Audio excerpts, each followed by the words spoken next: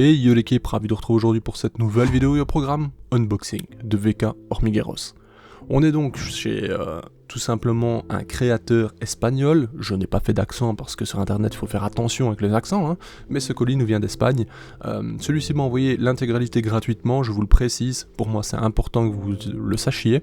Ensuite, on a donc essentiellement de la création en bois, principalement, mais il agrémente ses créations notamment avec de l'impression 3D, vous allez le voir dans un instant, et par la suite dans la vidéo. Ce qui est intéressant, c'est qu'ici on a un nid avec justement une réserve d'eau centrale. Ça c'est plutôt sympa parce que on a pas mal d'espèces mine de rien qui aiment justement le bois mort notamment, le bois sur le sol un peu humide, etc.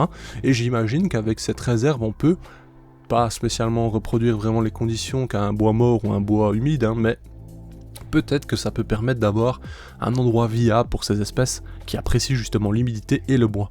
Donc c'est à essayer, à voir comment ça travaille, comment ça évolue dans l'avenir, comment ça progresse, faut voir si ça se déforme pas, si le bois ne pourrit pas, enfin vous voyez un peu, il y a pas mal de choses à voir, et dans tous les cas on le testera. Cependant je n'ai pas de colonie actuellement pour essayer ce nid, parce que il est grand et je n'ai pas vraiment de colonie disponible, excepté Colobopsis leonardi qui refuse de déménager dans un nid en bois, figurez-vous. Donc voilà. Le sujet est clos. Non, plus sérieusement, vous allez le voir, franchement, sa réalisation est très sympathique. On voit, il est parfaitement fixé, et on risque pas de déformation de l'acrylique. Je doute que le centre bouge, parce que la surface n'est pas spécialement grande non plus. On a ce petit trou qui permet justement d'alimenter cette réserve d'eau centrale, donc c'est bien réalisé. On a également, j'imagine, de l'inox en micro-grillage, qui permet justement la diffusion et l'évaporation naturelle de l'eau, donc en espérant que ce nid réagisse bien à ça. Franchement je n'ai pas idée. Donc on a un trou d'entrée également et on a un trou qui permet justement l'aération du nid, ça c'est très sympa également, micro-grillagé également, donc franchement là on est dans une réalisation qui me semble très très bien.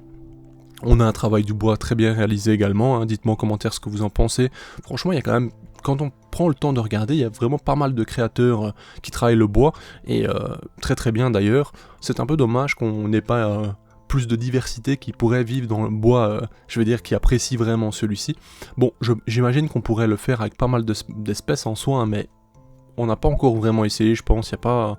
Enfin, je sais pas, je vois rarement des nids en bois utilisés, donc je vais regarder ce que je peux faire avec celui-ci, tiens.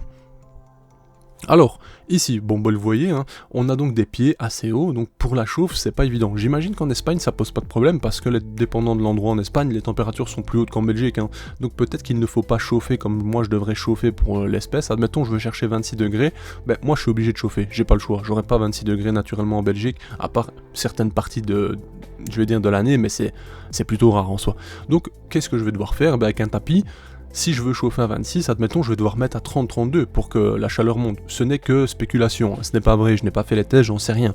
Mais du coup, pour ce type de nid, le plus optimal, je pense, c'est quand même le cap chauffant. À ce moment-là, vous le faites tourner en dessous. Admettons, vous faites un petit rond en dessous, un peu plus loin de la réserve, mais autour, vous avez compris l'idée.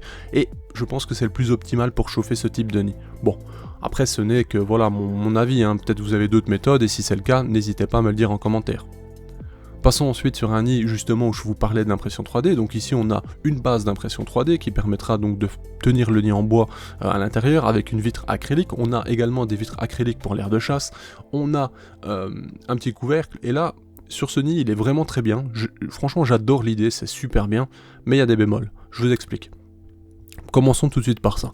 Pour moi, il n'y a pas de trou de raccord, c'est un problème, parce que pour faire un bon déménagement sans trop de stress, le mieux c'est de mettre un tube raccordé directement au nouvel endroit, comme ça elles peuvent se déplacer comme elles le sentent et quand elles le veulent. Ensuite, on a un second problème, c'est qu'il n'y a pas d'aération dans l'air de chasse, donc elles vont peut-être se sentir à la maison, enfin je vous explique ça dans un instant. Et là vous avez vu, le nid il a un petit problème. En fait c'est moi, regardez, quand je l'ai reçu il était parfaitement bien. Sauf que je me suis dit, tiens, ce nid il est pas grand, mais Camponotus CA02, elles apprécient également le bois, donc c'est jouable. Et j'ai voulu agrandir les trous, parce que comme vous le voyez, ils sont très étroits. Ma grosse mémère, elle ne passe pas là-dedans. Donc j'ai commencé, j'en ai fait un, et paf, je l'ai cassé. Donc je me dis, c'est la merde. J'ai essayé de limer ensuite, j'ai fait, c'était carnage, donc je me suis dit, j'arrête tout. Tant pis, je vais mettre une autre espèce. Et c'est pour ça que malheureusement j'ai abîmé le nid. Bon, je suis désolé pour le créateur, j'espère qu'il sera pas déçu. Dans tous les cas, ça n'empêche rien, son travail est très bien réalisé et le nid sera parfaitement fonctionnel. Mais c'est vrai que je l'ai un peu abîmé. Bref, revenons-en à l'aération. Pourquoi ça pose problème en fait ? L'acrylique, etc., c'est pas parfaitement scindé, donc de l'air il y en a, c'est pas un souci.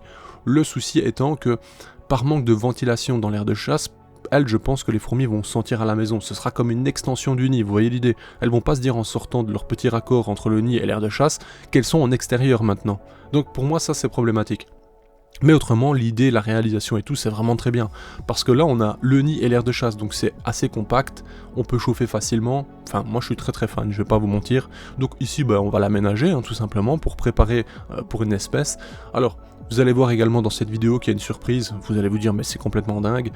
Moi-même, je suis étonné de ce qui s'est passé, je vais pas vous mentir. J'ai sorti mes Camponotus vagus pour faire des photos. Donc techniquement, c'était censé rester... 1 heure grand max dans ma pièce pour que je puisse les photographier. Sachant qu'elles sont plus chauffées depuis la fin août, plus ou moins. Donc voilà. Je me dis bon, 1 heure tranquille, pas de souci. Au final, je les sors, je fais mes photos, je les dépose dans mon meuble d'élevage et je les oublie en fait. Je les oublie parce que j'ai d'autres choses à faire dans la journée. Et donc, elles restent là 1 semaine. Sauf qu'elles ne sont plus chauffées depuis un moment, elles ont connu déjà des 12-15 degrés, etc. Donc, pour elles sont au repos hivernal, c'est la diapause, et voilà quoi, c'est l'hiver, vous voyez l'idée. Donc elles arrêtent depuis bien longtemps tout développement, et là, soudainement, il fait 20-22 degrés. Vous imaginez bien la suite, et c'est pour ça qu'il ne faudra pas être étonné de ce que vous allez voir dans les prochaines images. J'ai des cocons, mais oui, en fait je pense sincèrement que j'ai fait une bêtise, c'est clair et net, de toute façon je vous le dis, en fait j'ai un peu coupé, j'imagine, leur repos hivernal. Alors, qu'est-ce qu'il en est vraiment, quelles sont les conséquences, etc. Franchement, pour moi, il y aura zéro problème, sincèrement, elles sont en repos depuis un moment, etc. Voilà, le problème étant, c'est que maintenant je me dis, bon, est-ce que je les remets en diapose ou pas? Techniquement, j'ai des cocons, les remettre à diapose, c'est-à-dire, là en plus, maintenant il fait vraiment bien froid, donc techniquement, elles vont pas descendre en dessous de 12 degrés, parce que moi, mon setup est fait pour pas qu'elles descendent à 12 degrés, mais bon, je suis dubitatif sur la question, je me dis, est-ce que vraiment ça vaut la peine que je les remette en diapose? Alors, moi je vous le dis, si maintenant, pour vous là qui regardez, toute personne, la diapose c'est extrêmement important, quoi qu'il arrive, l'hiver il est là, en nature l'hiver il arrive, il n'y a pas le choix en fait, il n'y a pas de, est-ce que je fais diapose ou pas? Cependant, moi je vous affirme rien, je vous dis pas vous devez la faire absolument, mais gardez en tête que l'hiver il est quand même là, quoi qu'il arrive. Donc en élevage certes c'est plus le même, mais voilà, moi je respecte un maximum ce qui se passe en nature. Mais ici, je suis vraiment dans je me dis moi-même, est-ce que je les remets en diapose ou est-ce que du coup, tant pis, je les laisse dans mon meuble d'élevage avec justement mes exotiques. Je suis un peu dubitatif, mais cependant, elles seront du coup en température ambiante, mais comme vous le voyez, ça n'a pas empêché qu'elles se sont développées à cette température. Elles ont repris justement le développement, les larves qui étaient prêtes à tisser ont tissé, et c'est pour ça que j'ai été un peu étonné moi-même, je me suis dit, mais merde, elles ont repris l'activité bien plus tôt que prévu.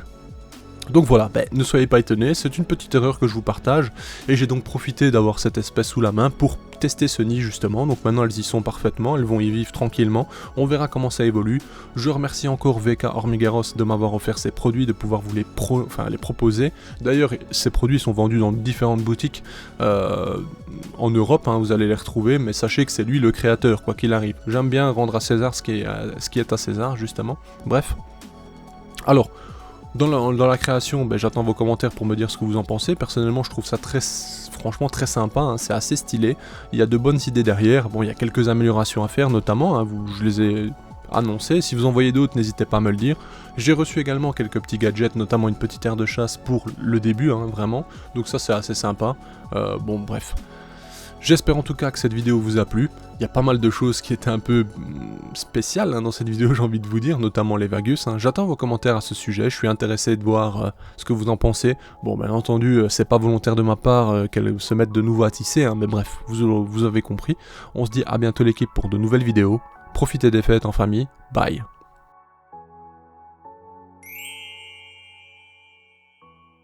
Hey, si toi aussi tu as apprécié la vidéo, n'oublie pas de t'abonner, de laisser un like, voire un commentaire, ou même de nous suivre sur les réseaux.